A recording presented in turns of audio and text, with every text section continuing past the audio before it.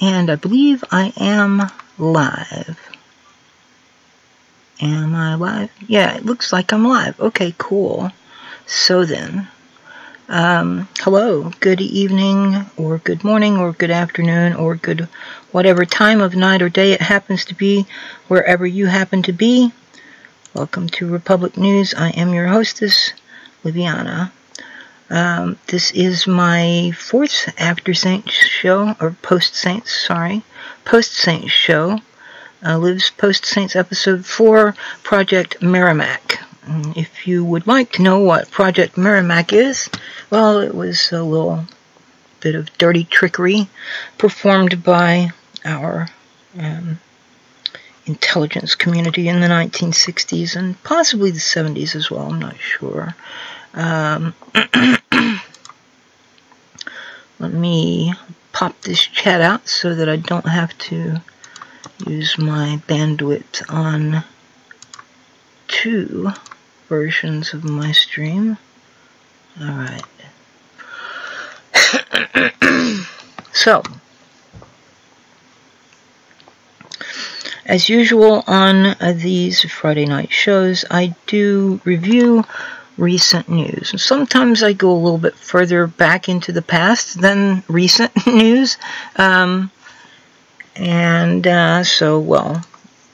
That happens sometimes.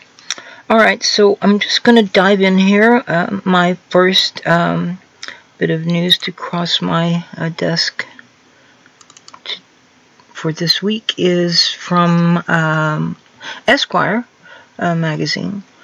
This is it says, House Democrats include voting rights reforms in massive anti-corruption bill, combats Republican voter suppression. Well, I don't know that it's going to do anything to Democratic voter suppression, no, huh? This is the biggest voting rights bill to appear in Congress since the Civil Rights Movement, even if it doesn't have a prayer. This is by Charles P. Pierce from the 7th of January, 2009. Yay, I got something relatively recent. Lost in all the attention given to the fact that a freshman congresswoman said a naughty word, and that another one went on television with Anderson Cooper and told the truth, was the fact that, as one of its first acts, the new Democratic majority in the House of Representatives declared open war against the forces of voter suppression, sure they did, and other forms of sophisticated rat-fucking. As part of a massive anti-corruption measure, the Democrats in the House proposed the following, creating new national automatic voter registration that asks voters to opt out rather than opt in, ensuring more people will be signed up to vote, early voting, same-day voter registration, and online voter registration would also be promoted, making Election Day a holiday for federal employees and encouraging private sector businesses to do the same, requiring poll workers to provide a week's notice if poll sites are changed, and making colleges and universities a voter registration agency in addition to the DMV and so forth, among other updates. Ending partisan gerrymandering in federal elections and prohibiting voter roll purging, the bill would stop the use of non-forwardable mail being used as a way to remove voters from rolls. Beefing up elections security, including requiring the Director of National Intelligence to do regular checks on foreign threats, recruiting and training more poll workers ahead of the 2020 election to cut down on long times at the polls. This is, as Ari Behrman of Mother Jones, the best cop on his beat, has said, the most thoroughgoing voting rights bill to appear in the Congress since 1965. It's a strong reaction to at least 20 years of organized vandalism, and it, of course, stands no chance of getting through the U.S. Senate, which is still controlled by Republicans, the party that has benefited from that vandalism for the past 20 years or so, but it is a conspicuous flag in the ground. I'm going to have to stop. Well, that's the end of the article. So, okay, I'm going to stop and comment. I think anyone who supported Senator Bernie Sanders in 2016 and was paying attention should know that the Democratic primary election of 2016 also benefited from quite a lot of rat fuckery on the part of the Democratic Party establishment.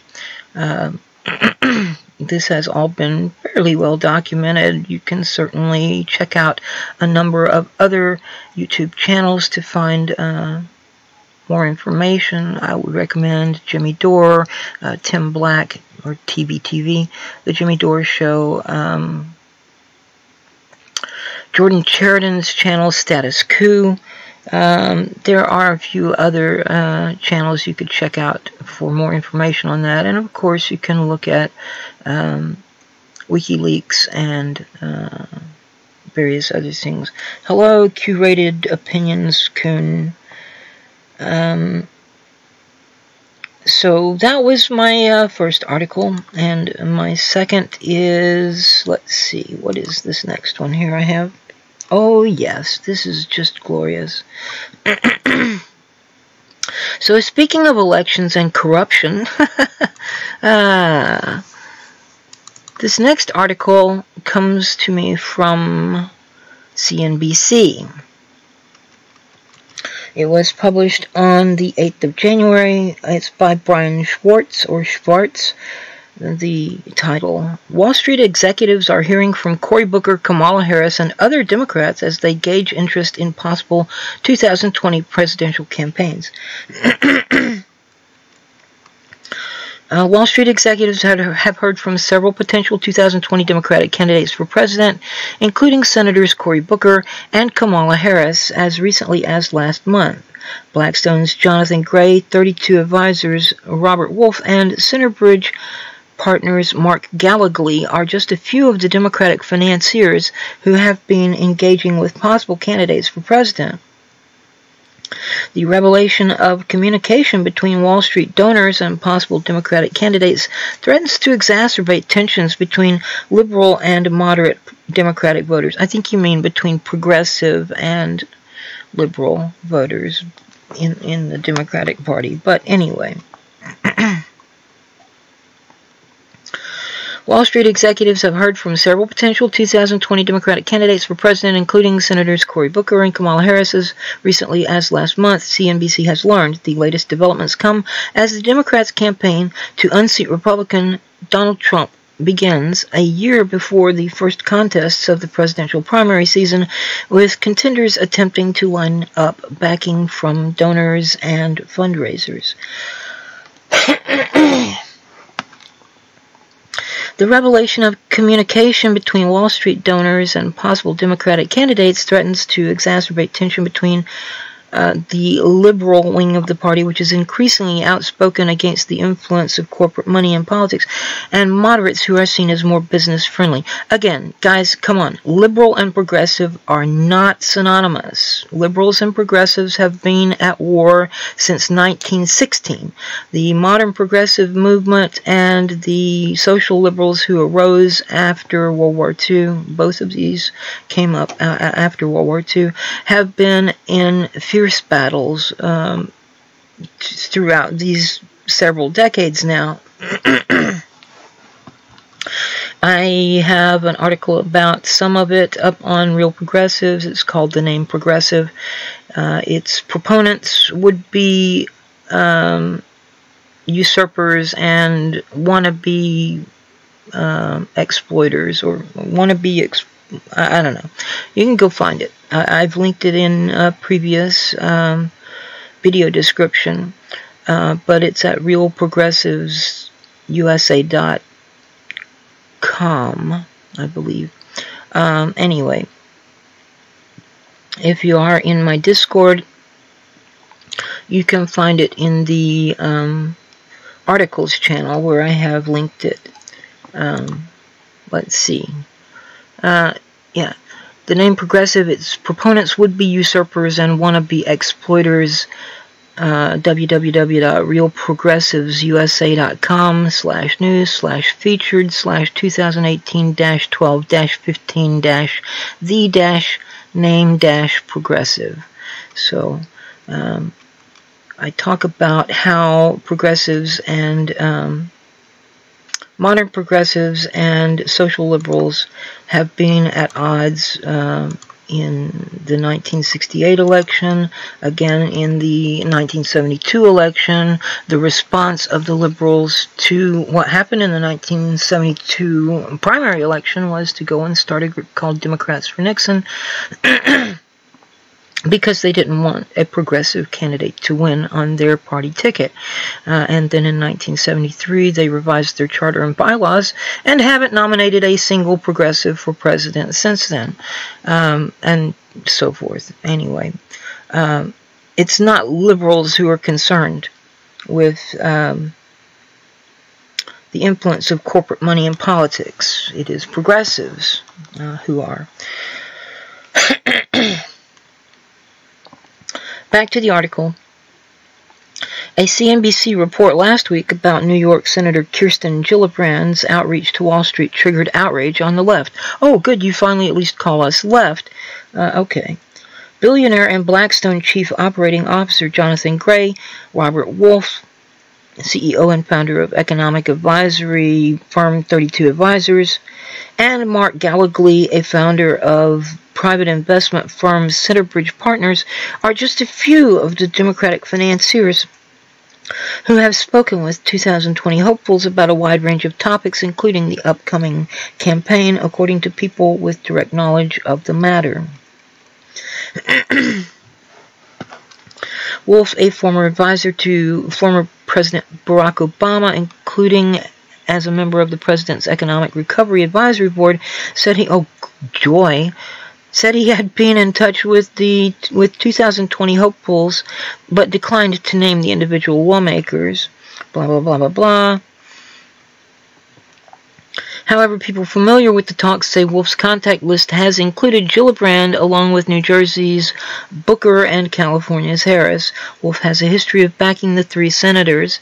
He wrote a check to Gillibrand for $2,700 in 2018 and donated to Harris's campaign in 2016. In 2014, he backed Booker's Senate campaign. Wolf did not return follow-up requests for comment, and a spokeswoman for Harris did not return repeated requests for comment. Booker also recently met with a top New York donor who described the encounter to CNBC on the condition of anonymity. Quote, "I had a tea a while ago with Cory. The meetings aren't officially about running, but of course they are about running in 2020, end quote. Booker seemed to be trying to see whether this financier could help raise money for a White House run, according to the person. A spokesman for Booker did not reply to emails requesting comment. Gray, a billionaire and top Democratic donor, has had numerous private discussions with Gillibrand and other lawmakers who might be looking to jump into the race, according to people familiar with the conversations. Blah, blah, blah, blah, blah. Gallagly, another member of Obama's Economic Recovery Advisory Board. See, I mean, and these are the people who said, hey, bail out the Wall Street banks who fucking tanked the economy in the first place, and don't you dare arrest any of the CEOs who did this. No, just not even a slap on the wrist, just give them money. What about, if you really want to help the economy recover, you should have given that money to the people, because the economy is going to tank if the people don't have money to go and pay for goods and services. There are no disposable income. That's when the economy starts going down. Oh, but the GDP and the Dow, yeah, well, that means nothing to the average person. That is not an accurate indicator of how the economy is doing. It's just telling you how much wealthier the wealthy are getting. Anyway, this guy, Gallagly, has spoken with some of the same senators, according to people with direct knowledge of the exchange. Gallagly has been in contact through email and other means with Gillibrand and almost every other possible candidate considering a run for the White House, a person with direct knowledge of the matter said. The financier, however, has yet to hear from Harris and Booker about how they would craft a 2020 campaign, this person added. Now, I suspect that every other possible candidate considering a run for the White House does not include Bernie Sanders. NBC has a rather slanted perspective. And several of these mainstream media outlets are trying to discount Senator Sanders as a potential contender. I doubt that Tulsi Gabbard went and talked with them. We will be talking about Tulsi Gabbard momentarily. I doubt that any other actual modern progressive candidate went and talked with any of these financiers. Senator Sherrod Brown, Democrat of Ohio, a vocal critic of Wall Street who is considering a run for the White House, thanked Boogley for his support in a voicemail after he won his re-election campaign in 2018, according to a person familiar with the outreach. But the two have not been in touch about the 2020 election. Boogley gave at least $2,700 to Brown's campaign committee. Brown is the ranking member of the Senate Banking Committee. Dun dun dun. Yeah. A person close to Brown insisted that the senator has not been seeking Wall Street backers. The person added that the senator will continue to work with the national fundraising circuit regardless of whether he runs for president, because Ohio is a battleground state that will be saturated with campaign ads. Trump won Ohio in 2016 after Obama won the state in 2008 and 2012. Blah, blah, blah, blah, blah, blah, blah. Beyond Brown, some of the potential 2020 candidates who have reached out to Wall Street donors have a history of voting in favor of tighter regulations on the financial industry. Gillibrand voted in support of the Dodd-Frank Wall Street Reform and Consumer Protection Act in the wake of the financial crisis. Yet, the Dodd-Frank bill was watering down the original Glass-Steagall bill. It's not like they made anything tougher or added any regulations. They took regulations off. Last year she voted against a measure that rolled back some Dodd-Frank regulations. It still passed. She also co-sponsored the 21st Century Glass-Steagall Act of 2017. That didn't pass. And back to the idea of a financial transaction tax, first introduced by Vermont's left-wing Senator Bernie Sanders, another potential 2020 candidate. Oh, they actually mentioned him as a potential candidate. As a member of the House of Representatives, Gillibrand voted against the bank bailout during the 2008 financial crisis. Well, that's, yeah. See, there's a thing that happens with some of these establishment Democrats, Kirsten Gillibrand, Cory Booker, Kamala Harris, and Elizabeth Warren, are people that I call progressive opportunists. They use progressive language, talking points, rhetoric, whatever you want to call it.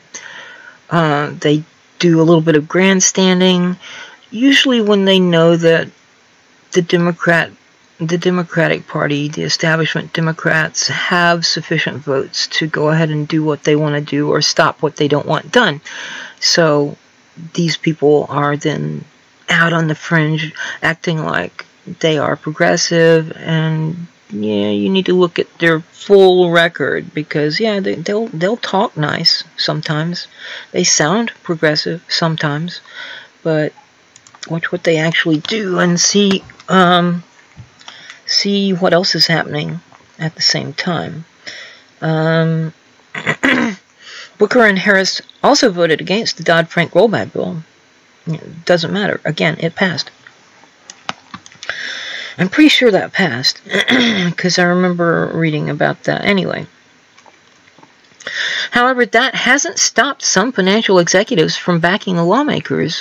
When he first ran for Senate in 2014, Booker was the top recipient of donations from the securities and investment industry, which contributed $2.2 million directly to his campaign, according to the Nonpartisan Center for Responsive Politics. In 2018, Gillibrand and Brown brought in just over $1 million from those people in the industry. The campaign organization for Harris, meanwhile, has received at least $765,000 from the securities and investment industry over the past 2 years.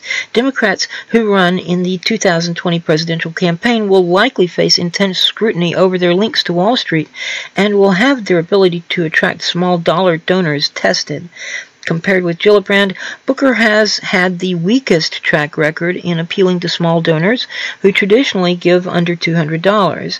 The Center for Responsive Politics shows that in 2014, the New Jersey Senator's campaign received $1.1 million in small contributions compared with $14 million from large individual donations. Blah, blah, blah, blah, blah. And then it continues to talk about liberal backlash, and it's not liberal again. I'm not even going to finish reading this because it's annoying me with its inaccurate, terminology. But it goes on. And certainly all of these articles will be linked in the video description.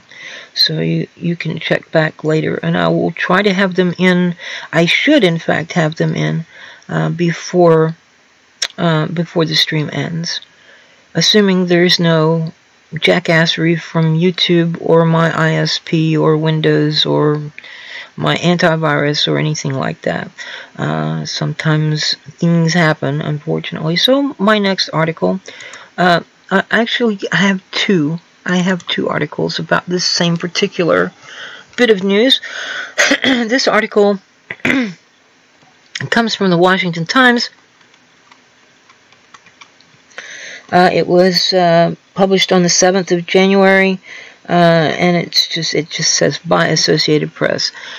Brenda Snipes asks federal judge to reinstate her as Broward elections supervisor. Tallahassee, Florida. Attorneys for a former Florida election official are trying to convince a federal judge that she was unfairly, quote, targeted, end quote, by outgoing Governor Rick Scott. Brenda Snipes was in a federal court Monday asking U.S. District Judge Mark Walker to reinstate her as elections supervisor for Broward County. Why? She was going to resign anyway. She was going to resign in January. Now she wants to go back?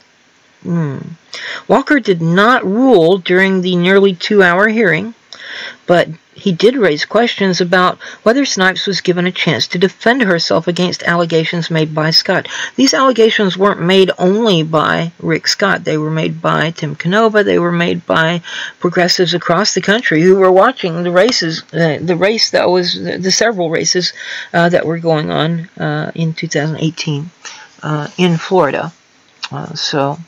Yeah, and certainly there were questions about the 2016 election as well in connection with Brenda Snipes. Let's see. Snipes came under fire during the contentious recount that followed the 2018 elections. Now, she came under fire in 2016, and she hasn't been out from under the gun since then. She planned to resign.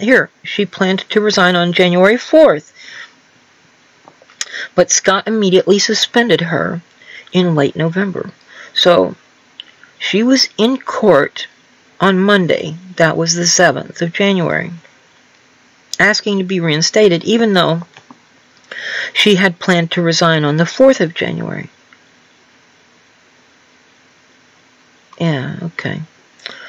Snipes contends that her due process rights were violated. Attorneys for Scott maintain that he had the authority to remove her from office.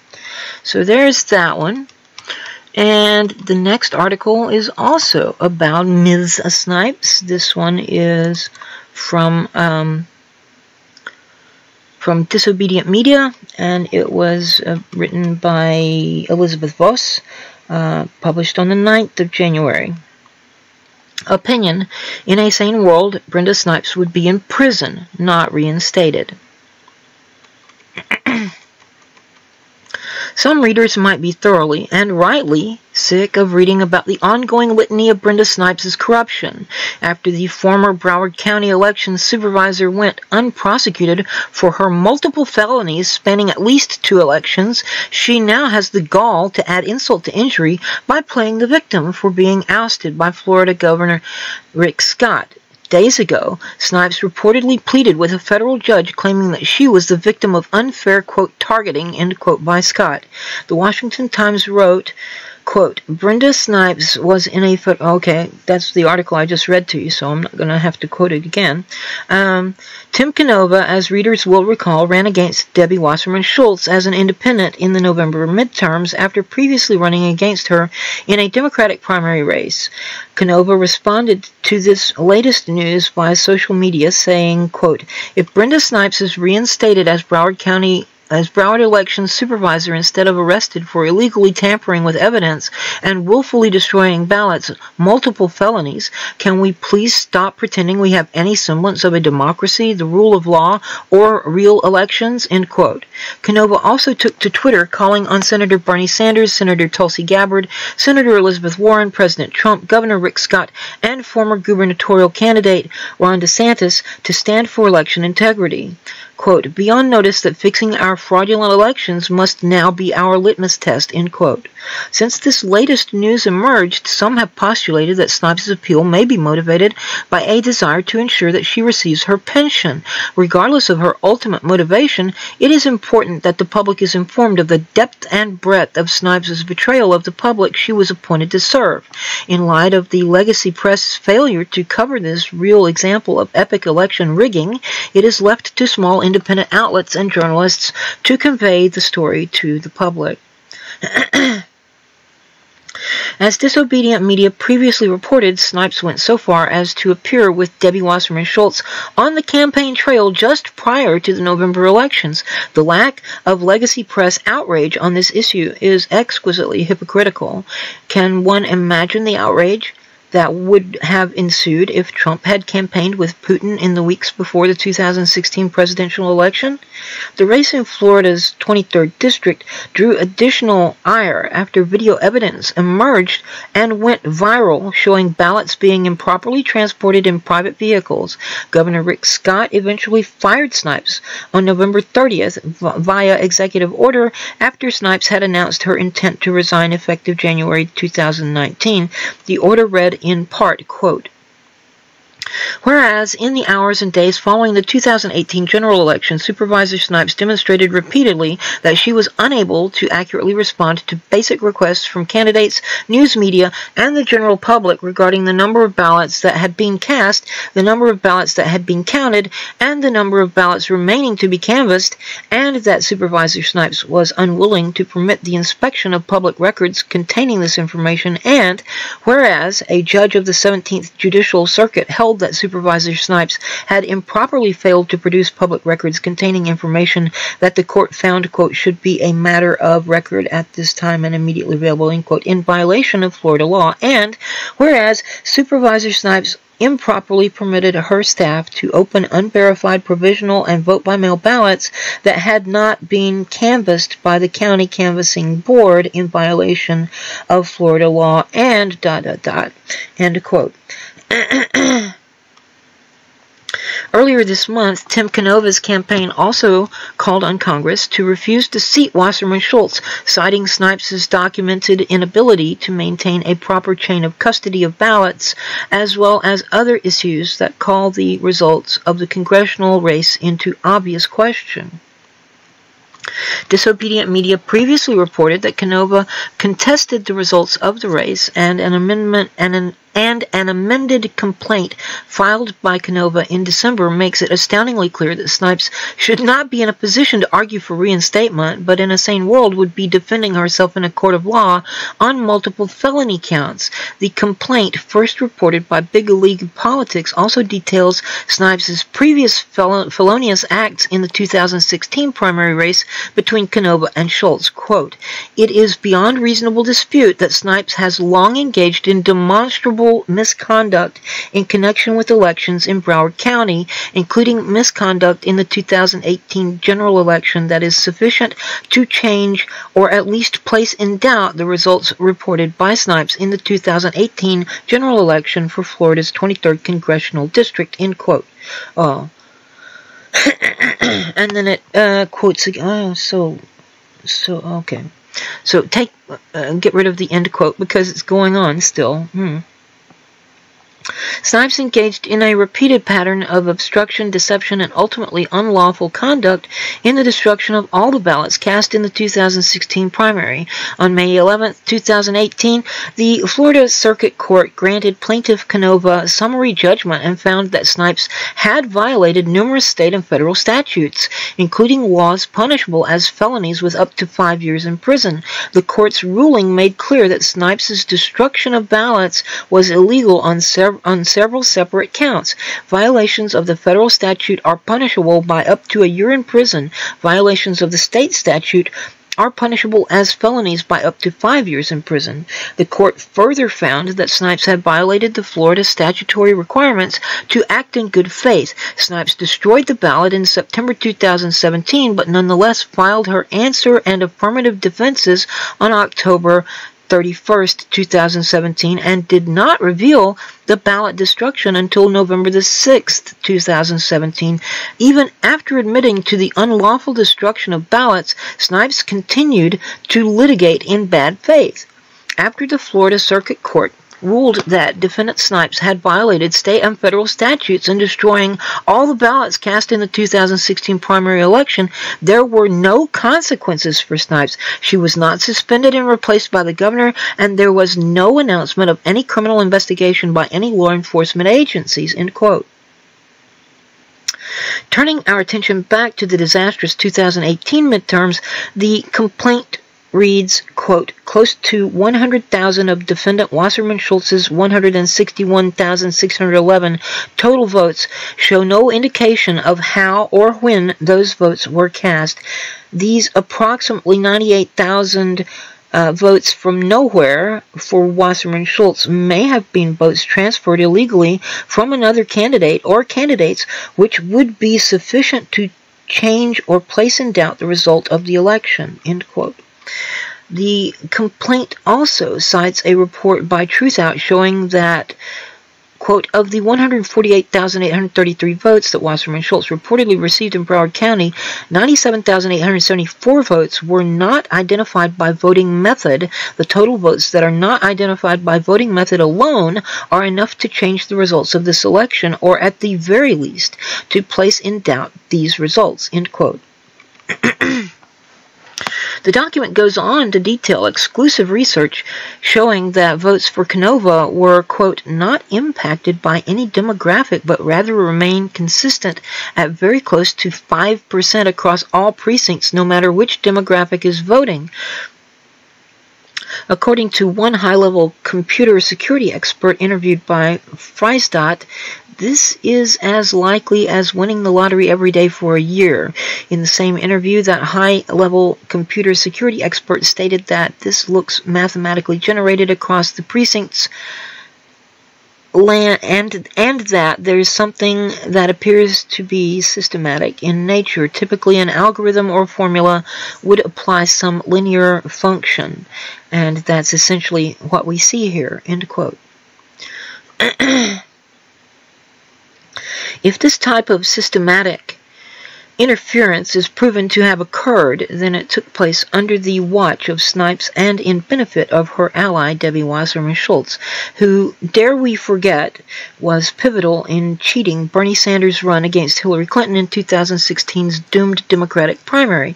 Snipes and Schultz are the public faces, no, the visible sores, the putrefying boils on the American body politic that have yet to be lanced. The problem we face as a larger nation when witnessing the downfall of democracy in Florida's 23rd Congressional District is not the weeping sores alone, but the overwhelming sickness that prompted them to appear.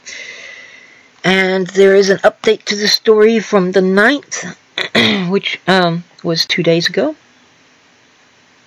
A ruling has been made in Snipes' case, with Judge Walker denying Snipes' reinstatement but granting her a hearing. Additionally, the expert mentioned in Canova's complaint has also been disclosed as Dr. David Botter, Chair of Computational Science at Georgia Tech University. Disobedient Media will continue to report on this story as it develops. So, yeah.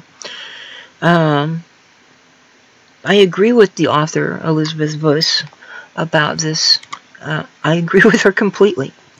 So, let me have a look out here and see anybody got any questions or comments so far.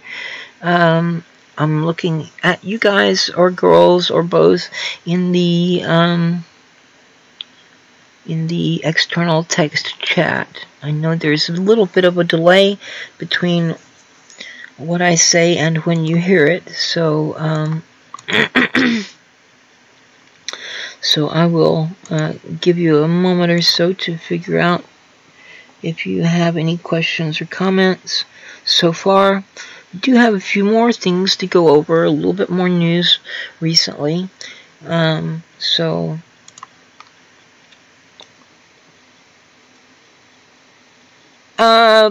probably, I don't know, maybe Jables. I'm not sure how long it's going to take me to go through these articles, and I don't want to be here longer than 2 hours tonight because I do have some more stuff to talk about tomorrow. I do a show on Saturdays during the day now as well, and those are the ones that I probably would prefer to have people come into, because I wanted to do a Saturday day show for my European viewers. I do have quite a few people from Europe who like to watch and come in and hang out. So like there is at least one guy from Spain, there's a guy from Italy, there are a couple of people from the UK. So maybe if I go through all of these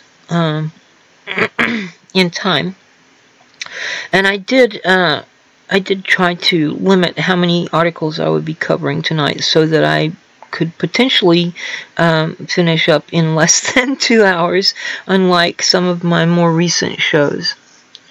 Alright, so let me see, where am I at now? Okay, so there is a tweet from Michael Tracy on Twitter.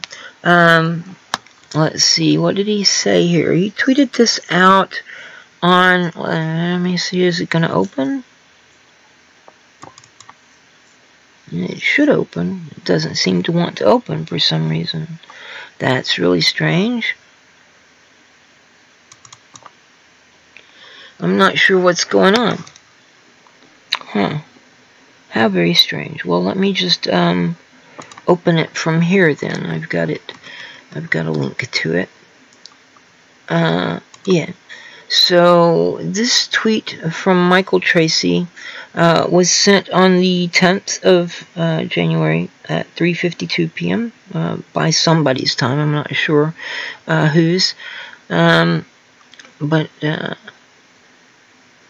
because I'm not opening it on the browser that I'm logged into Twitter on, so it's not showing my time.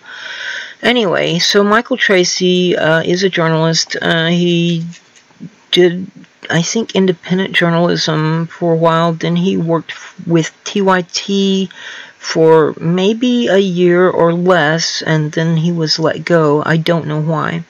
But he tweeted out on the 10th.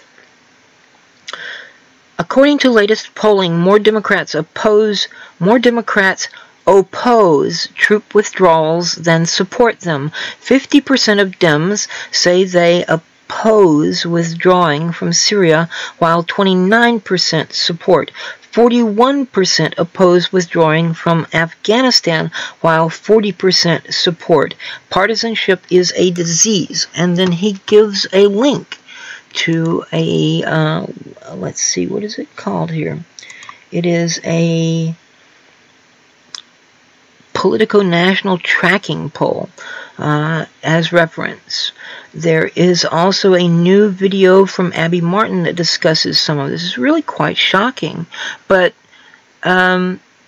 if you know the history going back into the 60s, it's not that shocking. This is part of what I was talking about earlier with the struggles between modern progressives and social liberals, in that in the 1960s and 70s, it was the social liberals who were supporting the war effort in Vietnam because the war was being prosecuted by Democratic presidents, and the social liberals had either formed within or gravitated toward the Democratic Party. So they wanted to support their party. And it was the modern progressives who were opposed to the war effort. In fact, the 1968 police riot in Chicago at the Democratic National Convention was about progressives out in the street being anti-war protesters, and the police basically assaulted a lot of them. That's what I think it was a federal court, maybe not the Supreme Court, found that it was a police riot and nothing provoked by the protesters. So, and I mean, that's 1968, so you're not going to find a lot of federal judges at the time who would have been hippies or the like. And then in 1972, the progressives, outraged over what happened in 1968, not just the police riot, but also the results of the primary, and the fact that the Hube, or Hubert Humphrey, had been given the nomination by the party establishment in spite of the fact that he had won not a single primary. But he was pro-war, so the progressives, and there was shit about primaries at the time too. There were very few primary elections held that year. I mean, they had caucuses, which were in some cases done at the convention and not before. For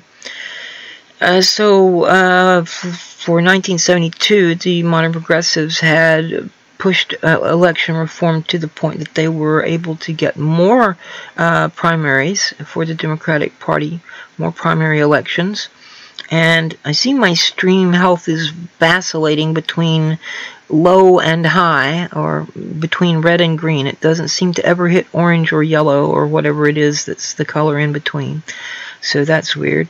And there's no apparent reason for it, because I am getting my 4G3 bars as usual, so I'm not sure what that's about. I can point my finger at my ISP and claim they're throttling my connection to YouTube, which is probably the case, in all honesty. Anyway, so the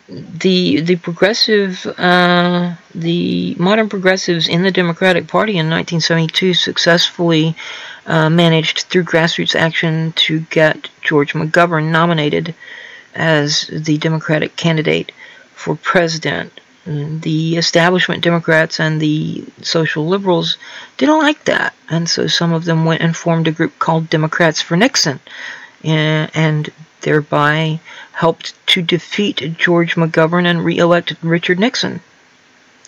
And then in 1973, they revised their charter and bylaws to, I've already talked about that at least once tonight, and go read my article at Real Progressives, and I talk about it in more detail with references, so you can go and check.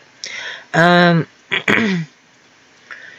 yeah, it's really odd to see people who, 10 years ago, 20, 30 years ago would have been no war, and now they're all like, oh yes, because Trump wants to pull out, we've got to stay in.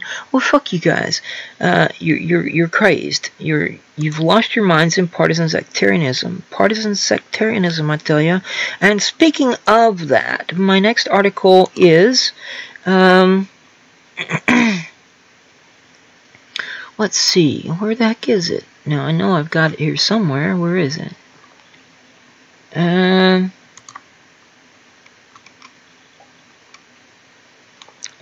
crap. Oh, I see. Still not showing up for some reason. I know. Oh, here it is. Okay, I know why it's not showing up. Okay, so for some reason, oh, now there it finally opens. Okay, I'm not sure what the problem was with opening the other article a while ago, but anyway, this comes from Common Dreams. It was published on the 9th of January, a couple of days ago. I don't see an author's name anywhere, so I don't know who wrote it. But Common Dreams is a kind of progressive media outlet. Kind of progressive, kind of leftist. Not always, because sometimes they have other perspectives in there. But anyway, the title of the article is The Infantile Politics of Compulsive Trump Bashing. It starts with a quote from Arundhati Roy. Quote, people spend so much time mocking Trump or waiting for him to be impeached. And the danger with this kind of obsession with a single person is that you don't see the system that produced him, end quote. National Security Advisor John Bolton is crisscrossing the Middle East to engage in damage control, or what the New York Times derisively termed, quote, clearing up after his boss, end quote. Washington's war crimes partners are being told that Trump misspoke when he said, quote, our boys are young women, our men, they're coming back home, we won, end quote. U.S. allies will receive assurance that American soldiers will continue to be cannon fodder, killing or being killed on behalf of Israel and various Arab tyrants in the region. U.S. taxpayers will continue to foot the bill. Well, yeah, okay. Taxes don't fund spending, but that's a topic for another time. Superhawk Bolton is a pawn of billionaires, ultra-Zionist Sheldon Adelson, who prevailed upon Trump to appoint him as National Security Advisor. Credible sources indicate that Trump didn't know about Bolton's contradictory statement until reading about it in the New York Times or watching it on Fox News. But turnabout is fair play, as Bolton was blindsided by Trump's initial order to withdraw 2,000 troops from Syria.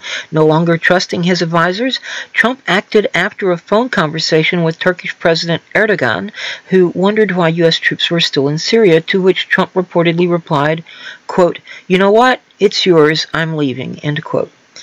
Not part of Trump's inner circle, Superhawk Bolton is a pawn of billionaire ultras. Why am I reading this again? Why did you put this in here again? This isn't here. Trump has been, I don't know why, oh, this must be from, okay, never mind. Trump has been known to refer to Bolton as Mike Bolton and has disparaged his ridiculous mustache. Okay, in an earlier post I asked whether we should care about Trump's motives for withdrawing our troops. First, I agree with Arundhati Roy that focusing so much on Trump's personality or possible impeachment is a serious mistake because it detracts attention from the structural forces at play in this infighting between elites. Second, we can readily assume that Trump doesn't give a fig about the human costs of war, but then neither do his globalist-oriented opponents. Perhaps his decision was about pleasing his base by fulfilling a campaign pledge. Did Senator Rand Paul or Steve Bannon whisper something in his ear, or was Trump simply animated by his America First rhetoric? Who cares? For a moment, the curtains were pulled back to reveal with acute moral clarity the bipartisan support for American imperialism, endless wars, and transparent contempt by our overlords for democracy. Third, what's critically important is the across-the-board, apoplectically negative reaction, especially from leaders of the Democratic Party. Why is this so important? Because for a moment the curtains were pulled back to reveal with acute moral clarity the why is this person repeating? I don't understand. They need editors. Jesus Christ. Democratic Representative Adam Smith, chair of the House Armed Services Committee, praised Bolton's contradicting the president and his mission to maintain U.S. national security interests in the Middle East. Smith is calling former Secretary of Defense Jim Mattis before his committee to offer his, quote, invaluable, end quote, advice on Trump's grievous decision. The total disregard for our citizens is apparent in poll results showing that a majority of Americans, including 70% of veterans, favor getting out of Syria and Afghanistan. Fourth, I get the widespread desire, oftentimes coming from well-meaning, decent people, to identify some good guys here, not least because I've also harbored these illusions in the past. And now this is the important sentence right here in this entire article. However, it's evident to anyone with eyes to see and a modicum of integrity that this battle is between Trump's abhorrent America First nationalism and the political establishment's neoliberal imperialism. Finally, imperialism, as Chris Hedges put it the other day, is of one piece with the imperatives of U.S. capitalism. Quote, the corporations that own the media and the two major political parties have a vested interest in making sure there is never serious public discussion about issues ranging from our disastrous for-profit health system and endless wars to the virtual tax boycott that large corporations have legalized, end quote. In short, we don't have a side in this intra-elite fight. If Trump is impeached, it will be because the powers that be have concluded that he's no longer a reliable tool for lining their pockets and advancing the empire.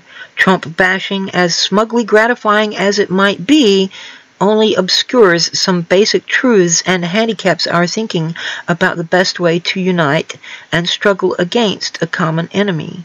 Call me naive, but I believe that when enough people understand that, the odds of prevailing will shift strongly in our favor.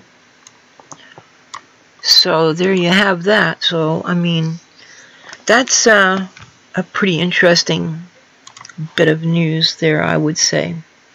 And I turnabout is fair play. I don't know. I thought Bolton worked for Trump, not vice versa. I mean, they're not equals. One of them is in charge and the other one isn't, right? Right? Oh, my. Okay, so let's see what else we have here. Ah, yes. Now, this is a very interesting and amusing story. And several people have already talked about it. But I want to talk about it as well because it's hilarious.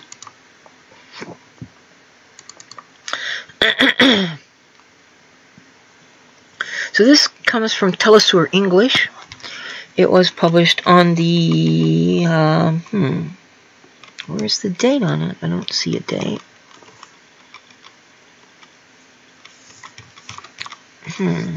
Yeah, I don't see a date at all, but I made an archive of it on the 8th. So it's been out since at least the 8th.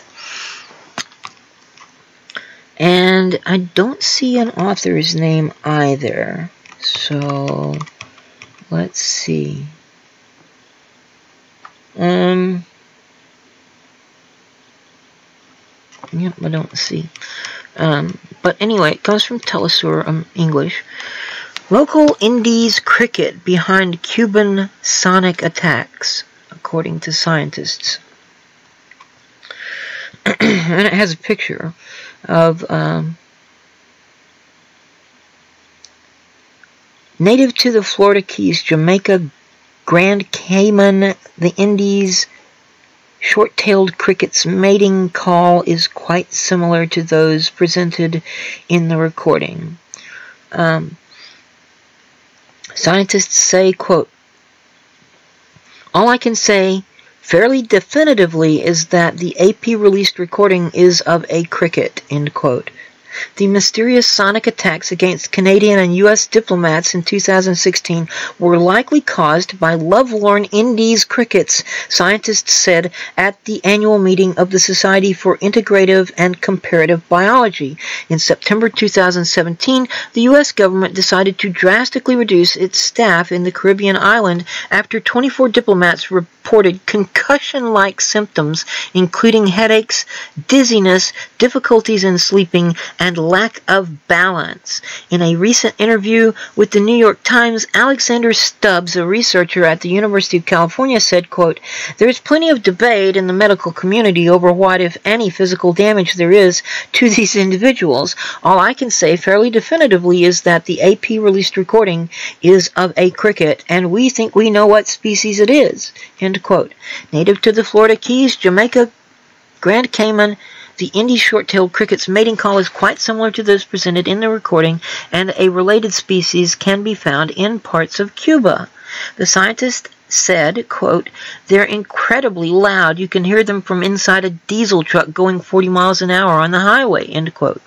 Together with his colleagues Fernando Montealegre Zed, a professor at the University of Lincoln, Stubbs confirmed that the mating call, quote, "matches in nuanced detail the AP recording in duration, pulse repetition rate, power spectrum, pulse rate stability, and oscillations per pulse," end quote. Although the rhythm is more frantic and the pitch is slightly higher in the recording, the pair of scientists say the differences can be attributed to the microphone's poor quality or the room's acoustics. Allegations of sonar attacks, microwaves, drones, and other science fiction hypotheses have been dismissed by investigators and denounced by the Cuban government. Diplomats may have become sick through some other completely unrelated incident, and growing hysteric initiated an international witch hunt. Gerald Pollack, an entomologist from McGill University who specializes in insect communication, said, quote, "It all seems to make sense. It's a pretty well-supported hypothesis," end quote. In late 2017, Cuban scientists suggested the crickets may have been behind the audio recording. However, the idea was quickly rejected by Washington and its investigators. Oh my goodness. So, egg on your face again, boys. Yeah. I will point out that someone on, I don't remember now if it were Twitter or Facebook, but someone had said, don't count this out as Russian interference because Putin can communicate with the crickets.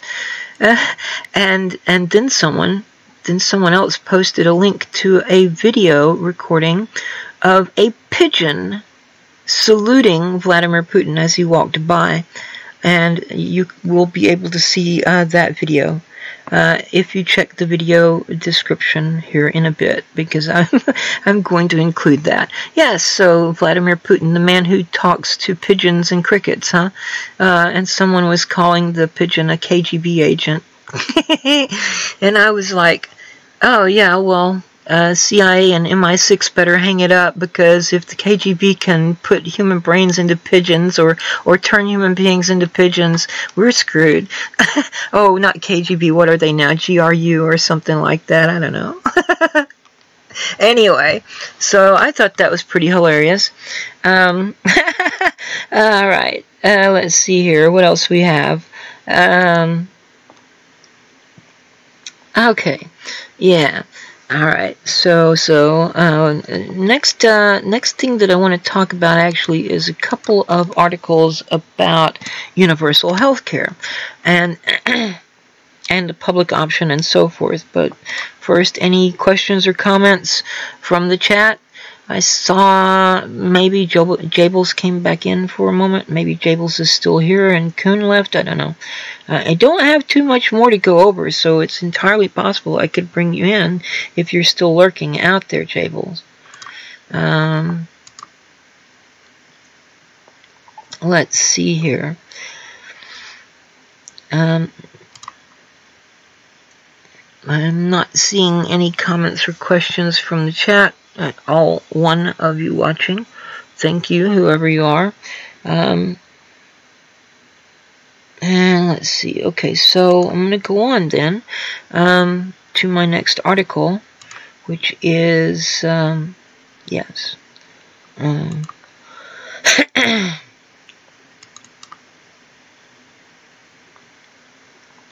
This comes from Georgia Davenport's Medium account, and it is a discussion of Washington State.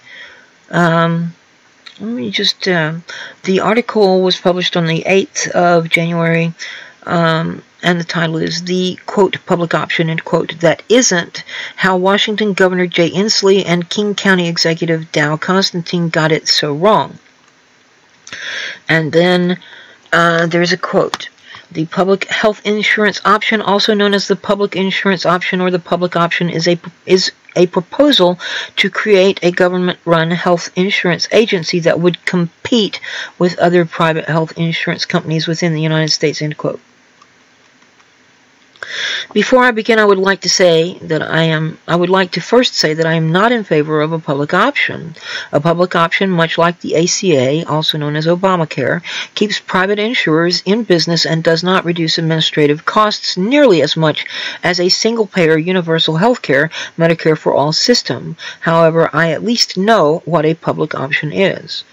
And before I continue reading her article, I'm going to point out the public option has been tried in a number of states, and it has failed each time for the same reason, because it doesn't eliminate private for-profit healthcare insurance companies, and people are stupid.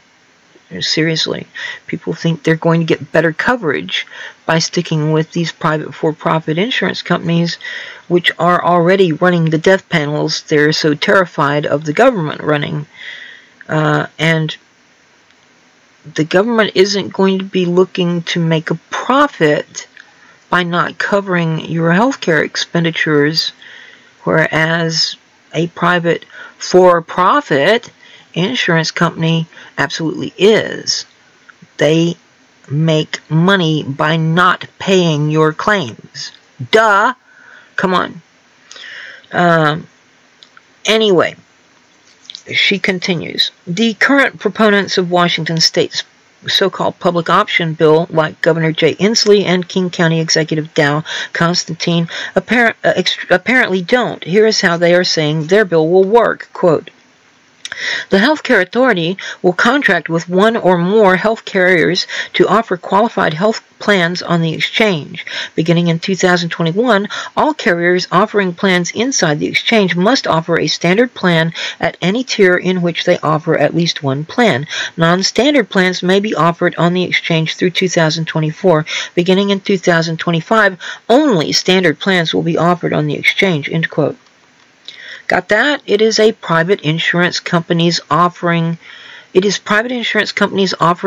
on the exchange, not creation of a government-run health plan. Not even private insurers competing with a public plan as a public option would. Just further privatization of our already horrible for-profit healthcare system.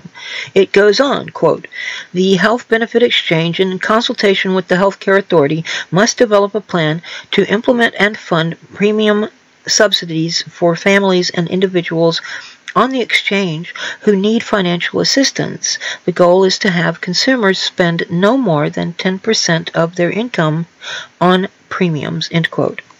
Well, that sounds nice, doesn't it? Except obviously it is not so nice. If you qualify for this plan, and who exactly qualifies is still unclear, private insurance companies can still gouge you on copays and deductibles. Most of us underinsured people can afford our premiums barely, but the deductibles are literally killing us. Washington State voters want universal health care. 64% of us do, in fact, and 522,000 Washington residents have no health care coverage. It is in the Washington State Democratic Party platform that health care is a human right. Last year, an all-volunteer effort in Washington, the I-1600 campaign, gathered over 100,000 signatures for universal health care. So why are Democrats in our state proposing anything other than the real thing?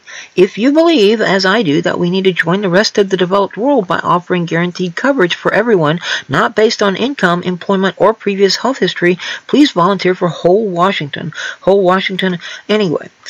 So there's links and stuff here in this article, so by all means, this will be included in the video description. You can go and check this out. But by contrast,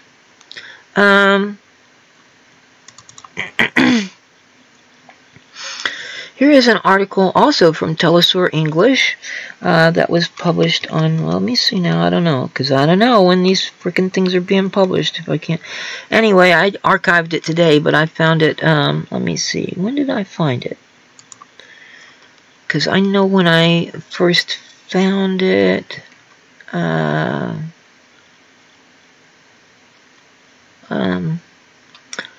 yeah, so I found it on Wednesday, so it was out by Wednesday, at least. I'm not really sure why they don't include a publication date. And I don't see an author's name again. The article is Bolivia rolls out universal health care to 5.8 million uninsured. The Evo Morales administration begins registering 5.8 million citizens January the 2nd and will invest some $200 million U.S. in new hospitals and staff. The Bolivian government under President Evo Morales has officially begun to register citizens for free universal health care that will be available in March. Health Minister Adolfo Zarate announced that a brigade of healthcare officials will go door to door throughout the country to register uninsured Bolivians between the ages of 5 and 60 until January 28th in an initial phase. After that, registration will be continual. Zarate said that registration will take less than 2 minutes and informs residents of the precise location of their nearest healthcare facilities. Bolivians will also be able to register for the free public health care at local health fairs. Zarate told reporters, quote, "We officially started the registration process for the United Health System, SUS in Spanish, on January 2nd, end quote. Starting in March, the UHS will provide all Bolivians without insurance with free quality medical attention that currently citizens have to pay for out of pocket or take out private insurance to cover. The government says that private insurance plans and people over the age of 60 already covered by Social Security will not be affected by the new plan. Some doctors' unions are boycotting the Morales initiative. The Medical Association of Bolivia is planning to strike Thursday and Friday against the SUS, saying there aren't enough health professionals or infrastructure to sustain the public health measure. They add that the projected U.S. $200 million budget to take care of the country's almost 6 million uninsured is not enough. Zarate says that, quote, "Beyond a political interest for free public health care, there is a greater one to guarantee the welfare of the population," end quote. Local media says that there are already 3,300 public hospitals functioning to attend to all levels and varieties of medical ailments, but the government is planning to open 6 new hospitals by August of 2019. The administration hopes to register Bolivia's 5.8 million who don't have medical coverage or insurance under the unified health system, and says it will hire some 8,000 doctors and nurses within the next several months to care for the new members of the system.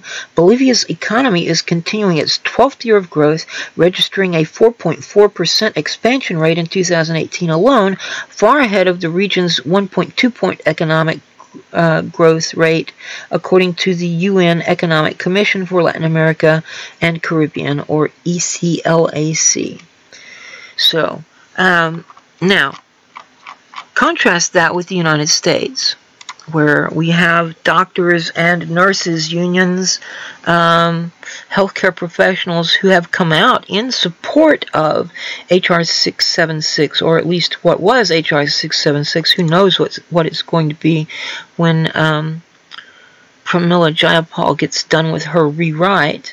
So far, she hasn't, as far as I'm aware, let anyone outside of her own inner circle or whatever know what exactly she's doing to it. But Physicians for Healthcare Sanity, or whatever they're called, the Health Over Profit for Everyone organization, and several other groups that include healthcare professionals in their administration or whatever have certainly endorsed the original H.R. 676, which is the National Improved and Expanded Medicare for All Act. It is, in my opinion, and in the opinion of the people at Health Over Profit for Everyone, superior to the Senate bill introduced by Bernie Sanders last year. So there's that.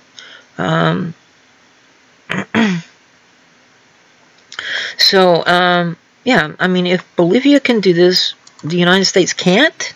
Come on, come on, come on. You're shitting me now, right? Yeah, you're shitting me. Okay, so, and then, okay, I don't know if you're still out there or not, Jables, but if you are, go ahead and hop into the antechamber, and I will drag you in as soon as I read this next article here. This comes from CNN, and it was published today, I'm pretty sure. Yeah, published today. It is by Caroline Kelly, or Carolyn Kelly, Caroline Kelly. CNN article published today.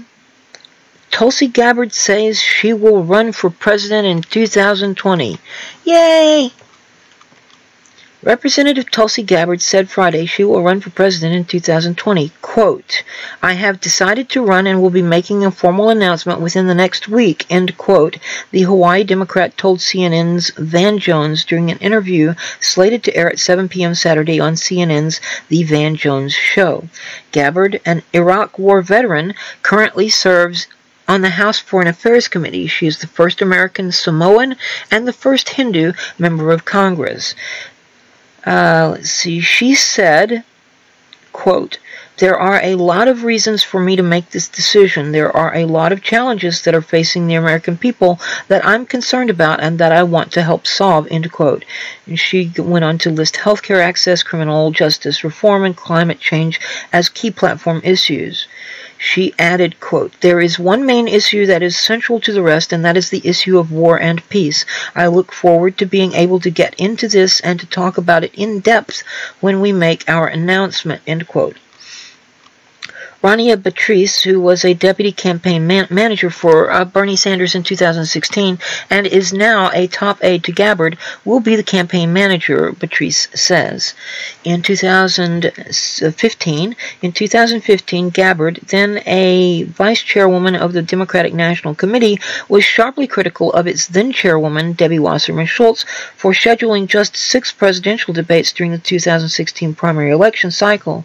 She later resigned her post as DNC vice chair to become one of Vermont Senator Bernie Sanders' highest-profile supporters, aligning herself with his populist economic message. Gabbard has staked out anti-interventionist foreign policy positions in Congress. Her 2017 meeting with Syrian dictator Bashar al-Assad drew widespread criticism.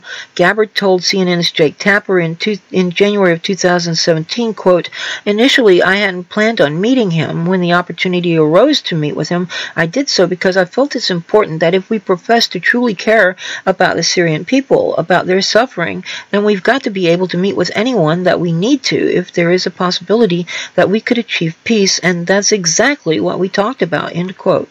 Gabbard joins a quickly growing field of Democrats eager to take on President Donald Trump for the presidency. Massachusetts Senator Elizabeth Warren announced on New Year's Eve that she was forming an exploratory committee for a presidential run. Boo! Former Housing and Urban Development Secretary Julian Castro also formed an exploratory committee and is expected to announce his 2020 plans Saturday. Not familiar enough to know with him. Not familiar enough with him to know whether to be impressed favorably or not. But having been the former HUD secretary, I assume under Barack Obama, I'm probably not going to be too keen. A number of other potential Democratic candidates, including heavyweights like former Vice President Joe Biden, yuck, and Vermont Senator Bernie Sanders, yay, are currently weighing whether to run for president and are expected to announce their decisions soon. It says CNN's Eric Bradner and Gregory Krieg contributed to this report. So, about Tulsi Gabbard, there are, there are some things that people think we need to know and that we don't know, and that when we find out some of the information about her past, we're going to be surprised and blah, blah, blah. If it's the stuff about her connections with Hinduism and so forth, I think most of us already know that. Most progressives are aware that she is a Hindu, and we don't have a problem with that. Now, she was a member of a sect which was an offshoot of the International Society for Krishna Consciousness, which were the Hare Krishnas that people from the 70s used to see in the airports. The kids that would sell flowers and incense and stuff in the airports, and I guess they got prohibited from doing that at some point. And this offshoot sect has been characterized as a cult. I don't have a lot of patience with Christians referring to other religious sects as cults. I mean, the original meaning of the term cult was just the doctrines and practices associated with a certain feature of a religion. Like, for example, you will hear theologians and historians of Israel and so forth talk about the temple cult in Jerusalem. That doesn't mean there was, James Jones and all that stuff, Guyana, Kool-Aid, going on around the temple. It means the beliefs and practices associated with the temple, how they did things, what they believed about those things, and so forth. But, of course, in modern parlance, the term cult has come to mean, for the layman anyway, cult refers to a sort of dubious religious group which may be kind of abusive and so forth. And I don't know about it, but from what I understand, Tulsi Gabbard is no longer affiliated with this group anyway. There are people talking about her support for Hindu nationalism, which I don't really see a lot of evidence of that. There was a hit piece that came out on her today. Let me see, who did that? I know that came because I just saved that just a few hours ago. Let's see here. Shit, where is it? Oh, it was from Sludge Report. Tulsi Gabbard took thousands from members of right-wing Hindu group. And I don't know about that. I mean, certainly there is, unfortunately, a recent rise in Hindu nationalism in India. But I don't know who this group is that they were talking about, and I don't know that that they are a nationalist group or anything of the sort. I didn't take the time to look into them before starting the stream because I didn't have time. I was trying to get everything ready and send out a few recent news articles as well, and the link to my stream so that people would know.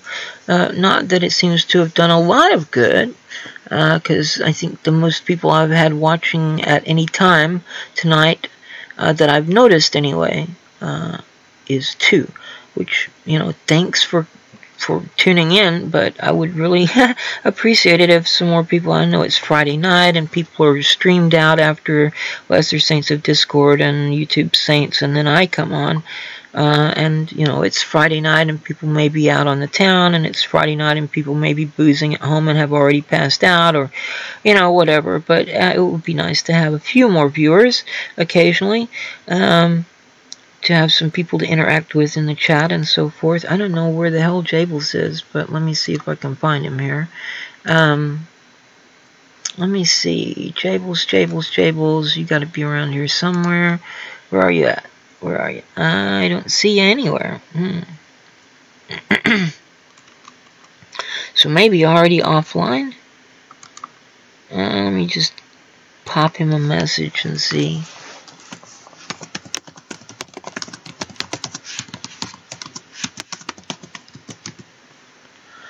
I don't know if he's there or not. We'll see if he replies. It shows him as offline, but, you know, I can be invisible too. So, let's see. I don't see anybody in the antechamber. I do have a few other articles I can go over if need be, because I've got a little more than half an hour left to fill 2 hours, and I don't have to go for 2 hours. But I'm not seeing any response from Jables. Doesn't look like he's typing. So I'm going to guess that he is in fact offline. I was going to save these other articles for tomorrow, and I guess I will, because I guess I shall, because they're, I mean, I do have to have something to talk about tomorrow. But I do have a bonus music recommendation that will be included in the video description. So be sure and check that out. It's kind of a cool looking, I mean, they've got a kind of a theme going on, kind of a 1960s surfer, all-girl band. I mean, you may find their name a bit odd, but it's in reference to surfing and being girls. So there's that.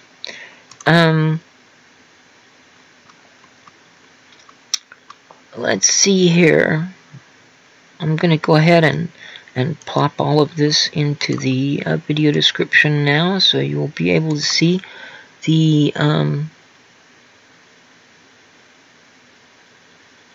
alright, so all of that should be visible now. The video description should have all of the links to all of the articles I went over tonight, as well as the video recommendation for the pigeon saluting Vladimir Putin, and the bonus music recommendation. And it should show up without you refreshing within a few moments. I don't have anything else to talk about tonight, and nobody seems to be coming in. So that therefore being the case, I'm going to go ahead and music us out of here, as I have been doing lately. I think it helps, maybe it helps to make sure that the entire stream makes it, or at least, you know, at least the last bit of what I talked about manages to survive after YouTube processes the stream. So if you have enjoyed this show, please hit the like button, consider sharing on your social media, subscribe if you aren't already, and hit ring the bell so you'll be theoretically notified of all new content. If you really like what I do here and or at the Progressive Flame, please consider becoming my patron through Patreon. The link to my Patreon is in the video description as well, I believe. Let me make sure. Yeah, it is. And I do have a Discord server, so if you'd like the opportunity to come on live with me, there's a Discord server you can join. Oh wait, Jables is talking. Come to the, okay, so Jables is here, cool.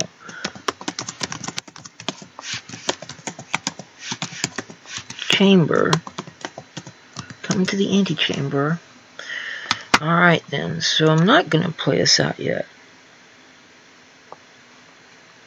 So it looks like I am going to have a guest tonight. after all. So that's cool. And I don't... What the fuck was that? And I don't have to add the...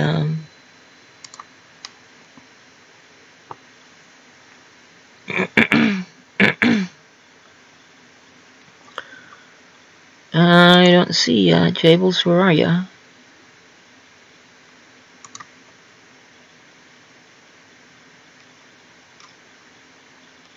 Whoopie doopie doo boo.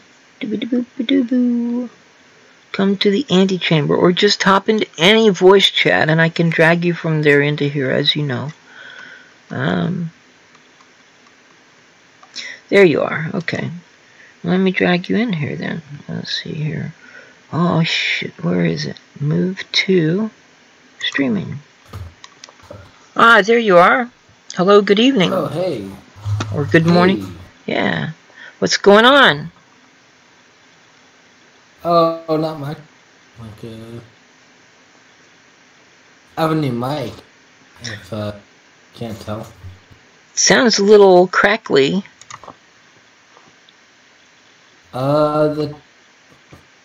That might be my chair. I don't know. Oh, hey, there's Vegematic. How are you? You can come in too if you'd like, Chris. I mean, you're in the Discord. Hop into the Antechamber voice channel and I will drag you in.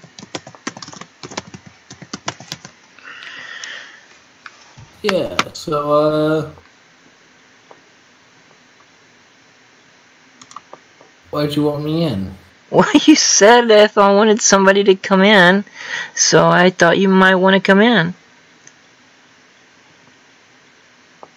Fair enough. What's been going on in your world lately?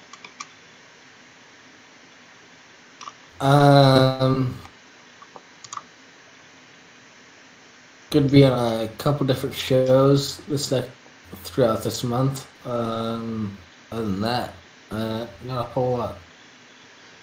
Ah. So, were you around when I was talking about the Washington State health care bill? Yeah, I wasn't around for you talking about it, but about the bill. What is your take on that? I think that it's absolute bullshit that they're taking taxes from every business in general, not just large businesses, but they're also taking away from the mom and pop shops to pay for healthcare. I think it's bullshit. Yeah. Yeah, well, that's one of the problems with state programs. They do actually have to be funded by taxes, unlike federal programs, which are funded by keystrokes. I'm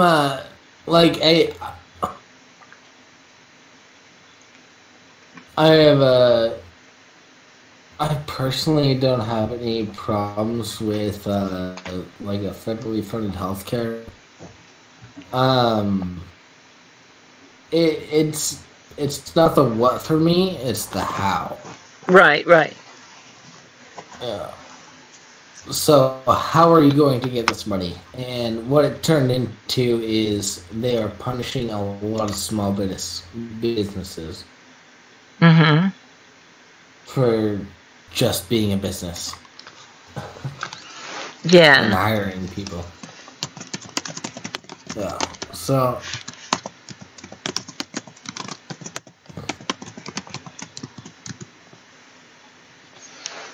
as Selfane put it, and as I would put it myself, I'm a Roddenberry socialist. Mm-hmm. Yeah. And what do you mean by that? Well, what that means to me is I want to support capitalism to its greatest extent so that it creates beautiful things such as like a food replicator or anything like that. And support capitalism to its greatest extent so that we can be lazy pieces of shit. Uh-huh. Well, I don't really think that's how it works, but, I mean, you know, the reason that we have computers and Wi-Fi and,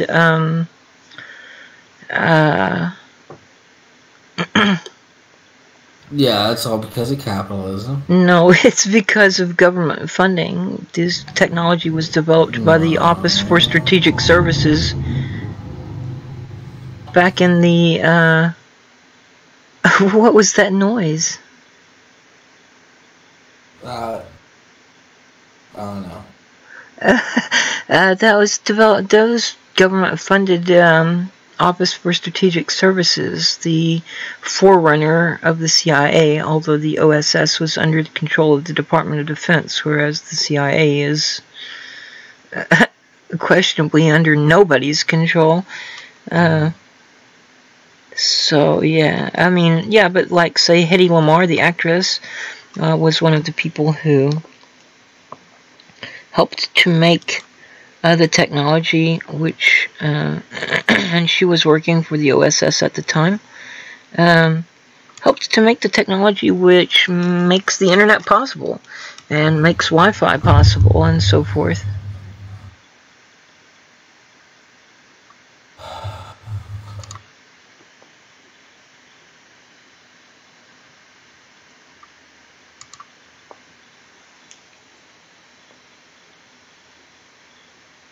So, I said nothing grating about the progresses that we are and have made.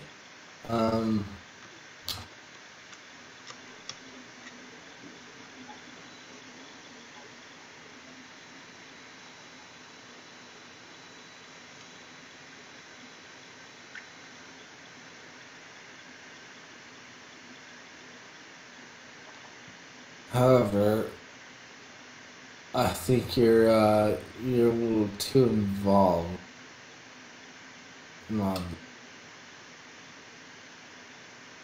Too involved in what now? Everything. Everything, huh? I'm too involved in everything. Yeah. Oh. You seem to tend to like focus your shit in like supernatural stuff, and then and then you've also constantly stopped me and when I've had disagreements with you and everything like that. So you're perfectly fine, whatever the fuck you're doing.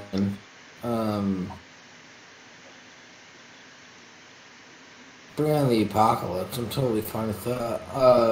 Wait, what apocalypse? What are we talking about? You said you summoned some... What are you smoking pot or something tonight? No, I haven't smoked pot tonight. I think you're confusing me with someone else. The person who summoned, who said they summoned something was someone else in the Saints Discord. Oh, me. Sorry, maybe I'm projecting. I don't remember who that was now. Who was that? Anyway, so yeah, I want to, talk about something that he doesn't want talked about in public or whatever. Oh, that's... But there was some... I think you're thinking about the Sweet Boy Angel. No. This was someone who is, no,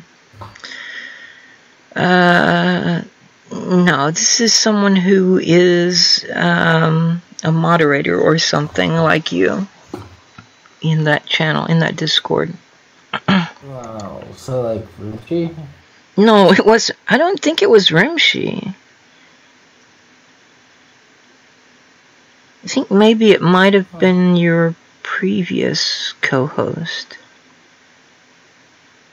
What? Yeah, maybe he was the one. Maybe he was the one that was talking. I'm not sure. But I've never talked about summoning anything. I don't know where you're getting the supernatural stuff from. Yeah, sorry. I'm a little drunk. Oh, okay, so that's it. It's alcohol and not ganja this time. Well, that's okay. I have 2 or 3 bottles of wine in the other room that have been sitting there for quite a while, and I was going to open one for New Year's Eve, and I just never got around to doing it. And I don't remember the last time I drank anything, but obviously it hasn't been this year. Probably around Thanksgiving, I might have had some alcohol then. Well, hey, Liv. Do you want to troll around some Flat Earth Discord servers with me? Do I want to troll around some Discord servers? Flat Earth Discord servers. Flaggers Discord servers. No, Flat Earth. Oh, Flat Earth. Oh my God, are there really actually Discord servers for Flat Earthers? Yeah. That's pretty weird. I'm a part of like about 10 of them. Wow, that's crazy. Did you ever post the picture of the cat pushing stuff off the edge of the flat Earth and saying if the Earth was flat, then cats would have pushed everything off of it by now? No, I haven't posted that one. My favorite one is a super close-up on a basketball.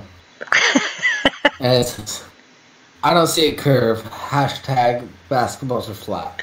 Uh-huh. Well, you know, the Earth is actually a pyramid. That's well, no. The Earth is definitely flat. It's just set up on a pillar of turtles. And a firmament that keeps everything from attacking us. So, like... So the turtle is our protector? No. No, the firmament is the protector? The firmament is the thing that keeps space crashing down on top of all of us. Okay, so it's that dome thing. I'm sorry, I can't keep this bit going on. I'm too anti-religion. Yeah? Yeah. Well, goodness gracious.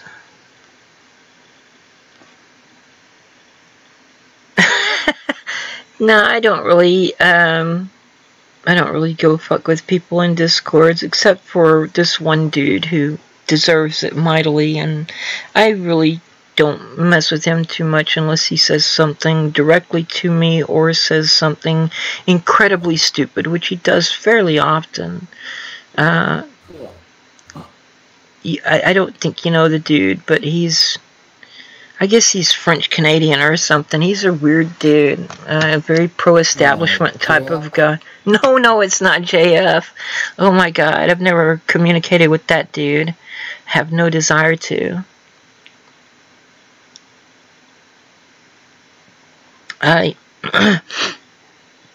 This guy that I'm talking about is,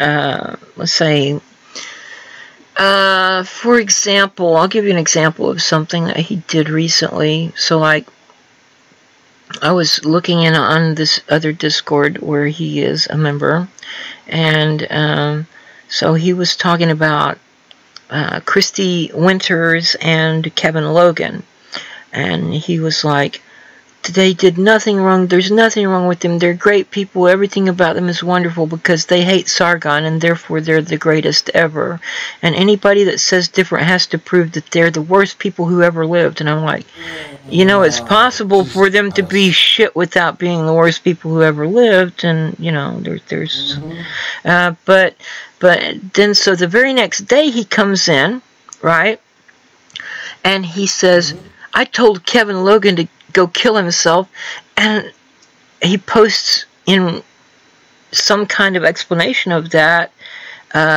a link to a live stream that Kevin Logan did some time ago.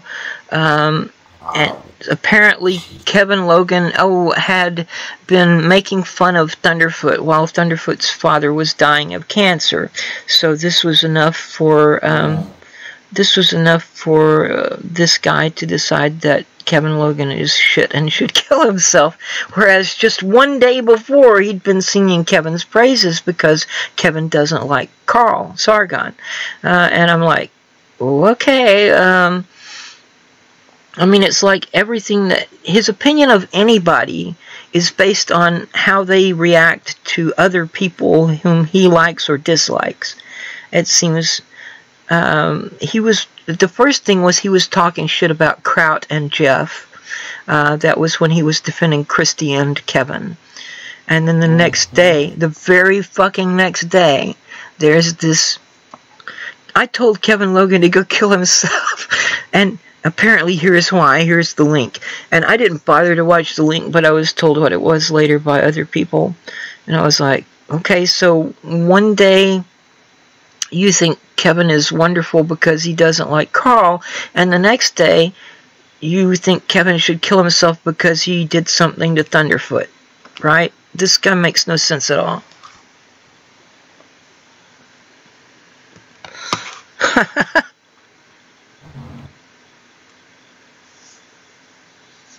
I don't know what Thunderfoot's real name is, or I'd probably call him by name too, but I haven't really followed Thunderfoot ever. I watched some of Carl's videos in the past. I don't watch much of his stuff anymore unless someone calls something to my attention, because his content has changed quite a bit over the past, I'd say starting in about the middle of 2016. But back in, before that, back in 2014, 2015, I did like some of the stuff that he was doing. I just don't find it interesting anymore.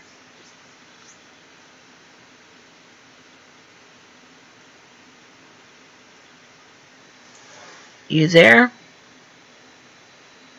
Yeah. Yeah.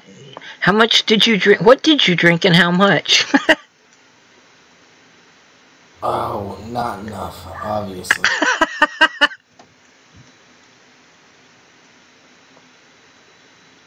Oh my goodness. Yeah, seem to evaluate shit off of, like, real stories, and it's, like, I don't have any experience with that. How am I supposed to, Don't have any... some input? Don't have any experience with people engaging in drama about YouTubers? Oh, I know about that. Yeah. They're all full of shit. Show me one that isn't. I don't know, man. I mean, you're a YouTuber. I'm a YouTuber. Jeff is a YouTuber. Nick is a YouTuber. If by YouTuber you mean I run a show every Friday that hardly anybody watches, sure. I watch it sometimes. You were watching tonight. I saw that. Yeah, I was there. Yeah. Let's see. I guess I was there last week too, and maybe the week before that, and maybe the week before that. Yeah, ever since I stopped running my show at the same time you guys do yours, I've been watching. Maybe not the whole thing, but I come in eventually and see what y'all are up to. Because most of the time, that's nice. I appreciate that. Most of the time I'm still working on my own notes and stuff for my show, but once I get that finished, I will come in and check you guys out and see what y'all are up to. So you still gonna do the thing with us and some other people later this month?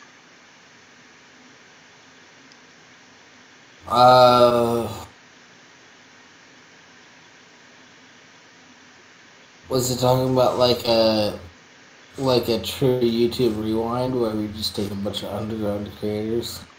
No, it was several people who do live streams and are associated with the YouTube Saints.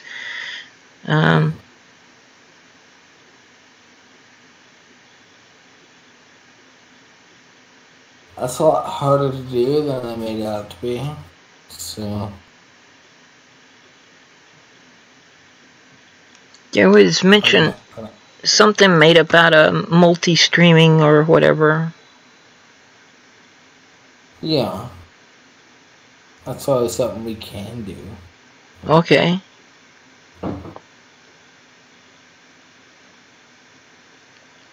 Well, do you have a date for that yet? Nah. Okay. Alright then. Anything else going on in the great state of Washington?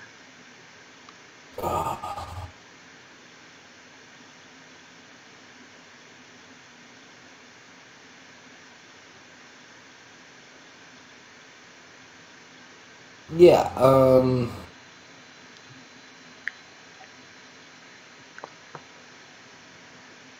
want to quit my job. Oh, yeah, I think a lot of people would like to quit their jobs. My boyfriend talks about it fairly often. Yeah, but on top of quitting my job, I want to... It could not even be like this podcast. I just want to take a podcast off the ground and like start talking to people. So you want to move from your current job to being a podcaster? Is that what you have in mind?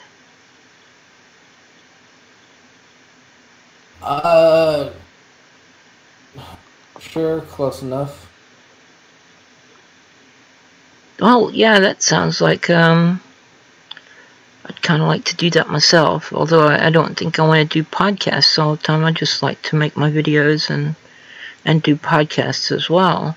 And I need to get back into making videos. I haven't put out any videos in quite a while.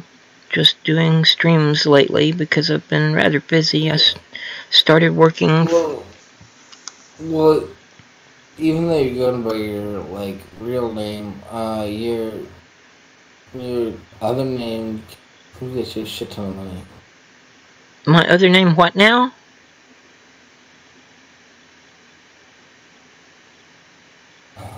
Never mind. What? Yeah, I mean, Liviana is not my real name, right? That's what you mean? No, that's not what I meant. Well, you said even though you're going by your real name, your other name something. What other name? Liviana is my other name. You mean Liviana, Queen of Pizza Stand?